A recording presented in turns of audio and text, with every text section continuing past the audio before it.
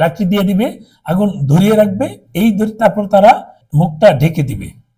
মুখটা ঢেকে দিলে ওখান থেকে আর ঠান্ডা কিছু ভিতরে ঢুকতে পারবে না, ঠান্ডা কিছু ঢুকতে পারবে না। এই ঠান্ডা যখন ঢুকতে না পারবে তখন মানে রুমটা পুরো রুমের ভিতরে ফাঁক রেখে বাইরে আগুন দিয়ে রাখে, সেটা 24 ঘন্টা 30 ঘন্টা 40 ঘন্টা পর্যন্ত থাকে, ম্যাক্সিমাম 24 ঘন্টা রাখে।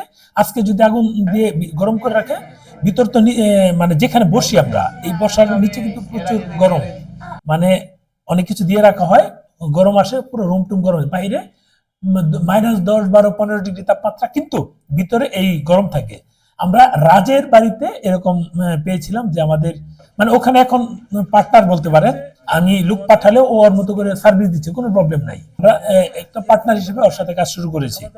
যখন শুরু করলাম তার কিছুদিন পর তো বন্ধ হয়ে গেল, এখন আবার শুরু হলে এই কাজগুলো করবো। আর এখানে মানে কাশ্মীরের সাধারণ লোকদের যে জীবনযাপন, এই জীবনযাপনটা কিরকম, ওরা কাশ্মীরের মানুষজন কিরকম, কাশ্মীরের লোকজনের দৈনন্দিন কাজকর্ম কিরকম, সেগুলো কিন্তু নিজে থেকে নিজে একেবারে ঘুরে গ্রামীণ জীবন, কাশ্মীরের গ্রামীণ জীবন কেমন, সেগুলো কিন্তু আমরা দেখে আসলাম। যদি আপনারা সামনে যেতে চান, সুযোগ হয়, তাহলে আমরা নিশ্চয়ই এই ফিলগুলো নিব। কাশ্মীরের গ্রামীণ জীবন, কাশ্মীরের সাধারণ মানুষদের জীবনযাপন কেমন, কিভাবে তারা চলাচল, শীতের সময় তারা কি করে, গরমের সময় কিভাবে চলে, এই বিষয়গুলো কিন্তু কন্টিনিউ আমাদের মানে সামনে শুরু করবো ইনশাল্লাহ।